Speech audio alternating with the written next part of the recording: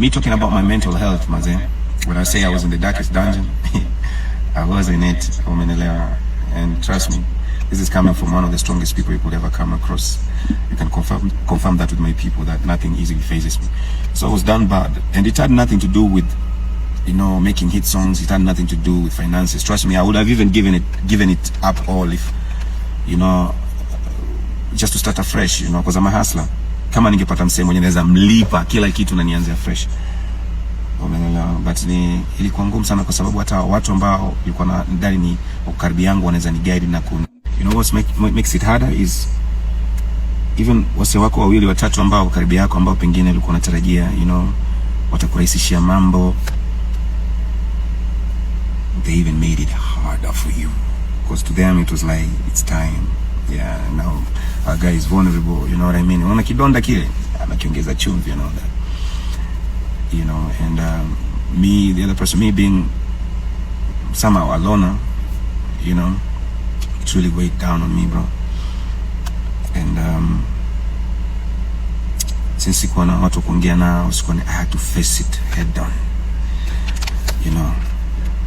So haya mambo yameanza nyuma. Mimi nazungumzia 2025, but because ulikuwa ni kama ni mwisho wa vita na bado zinaendelea, lakini nashukuru hapa nilipo. Yeah, so hivi vitu vimeanza zamani mazee. Toka nikiwa tour yangu. Hello, welcome back. Karibuni sana.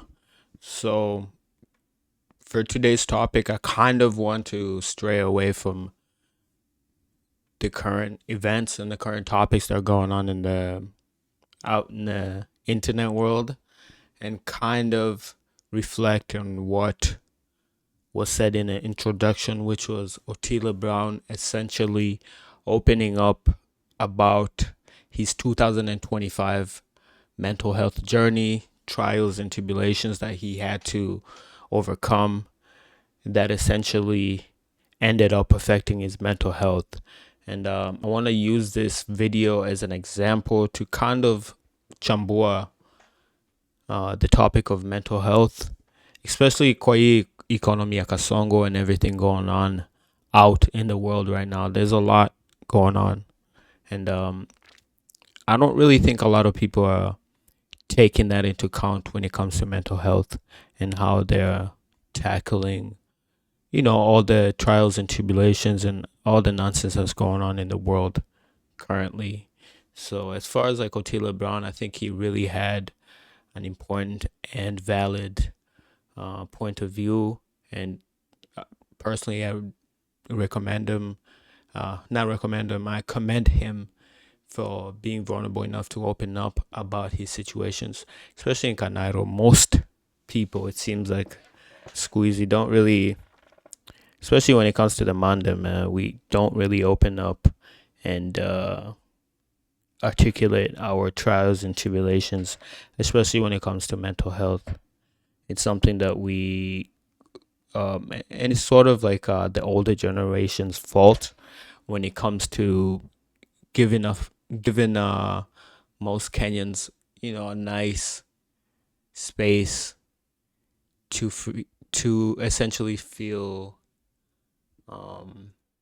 free to express their trials and tribulations, which ends up affecting their mental health even more, you know. So Otile Brown,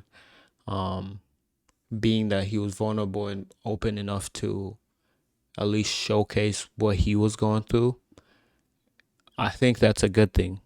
Ni kitu poa, because it gives space for other people to feel comfortable enough to also open up about their trials and tribulations and their mental health journey. It's something that's going on in not even just Kanairo, in the whole of Kenya right now. There's a silent epidemic that's going on, especially when it comes to mental health, that we definitely aren't discussing more of. You know, I know it's fun and games to talk about all the nonsense, to talk about summertide, talk about whatever's trending currently on the internet, but a lot of people are foregoing speaking about one of the most critical things and one of the most important things that matter currently, which is mental health. Watu wengi waongeleangi such things, especially in this time. And being that Otile Brown brought that into the forefront, it's an important topic and discussion to definitely have. There's a few things that people can do to overcome and deal with such things, and the first step would be not such things but mental health. But all that doesn't happen unless people start opening up and having the discussion, and then maybe we can move on to step 2, which would be seeking professional help, which I always advocate for everyone. It doesn't hurt to get to learn yourself more and learn how to deal with trials and tribulations of life. So with that being said, I'm very grateful that video was put out there. I'm very grateful he put that video out there, and hopefully all of you guys use it as a case study and learn from it, reflect from it, sit down and reflect on your life, and how you can also navigate the mental health journey that you're going through personally, in a more healthy way, and in a more sustainable way, and in a more intelligent way. So with that being said, thank you guys for tuning in on this video. It's kind of short, impromptu, and I will see you guys on the next video. Thank you.